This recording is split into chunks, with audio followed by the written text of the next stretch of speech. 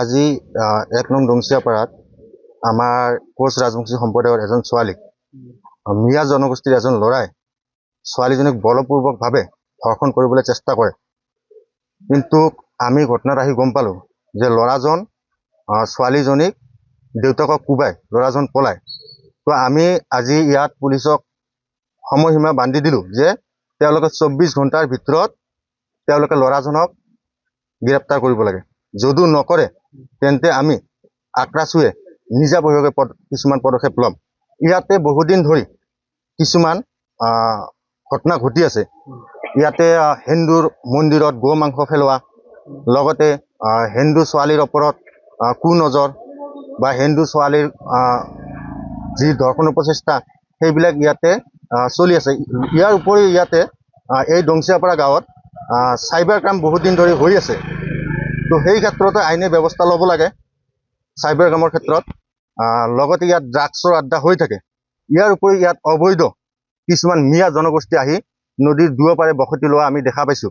আৰু যি এই মিয়াখিনিয়ে আমাৰ ইয়াৰ হিন্দু মানুহখিনিক নষ্ট কৰা ধান্দাৰে তেওঁলোকে আগবাঢ়ি আহিছে। গতিকে মই চৰকাৰক অনুৰোধ কৰিব বিচাৰোঁ যে যাতে তেওঁলোকে যাতে অতি সোনকালে আমাৰ এই সমস্যাখিনি সমাধান কৰে।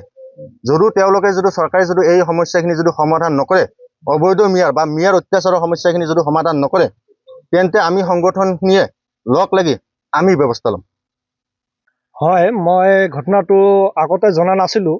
মোৰ যিহেতু দোকান আছে আৰু মই সেইটো কথা কৰোঁ।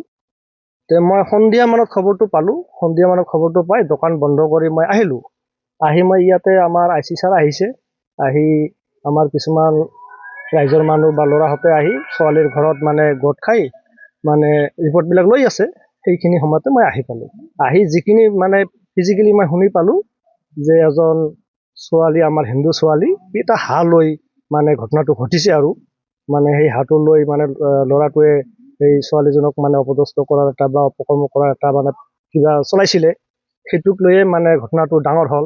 আৰু সেই ছোৱালীটোকৰ দেউতাককো নাকি তেওঁলোকে মানে ল'ৰাটোৰ পক্ষৰে মানে যিহেতু কিছুমান নাম নাজানো মই, তেওঁলোকে মাৰিছে।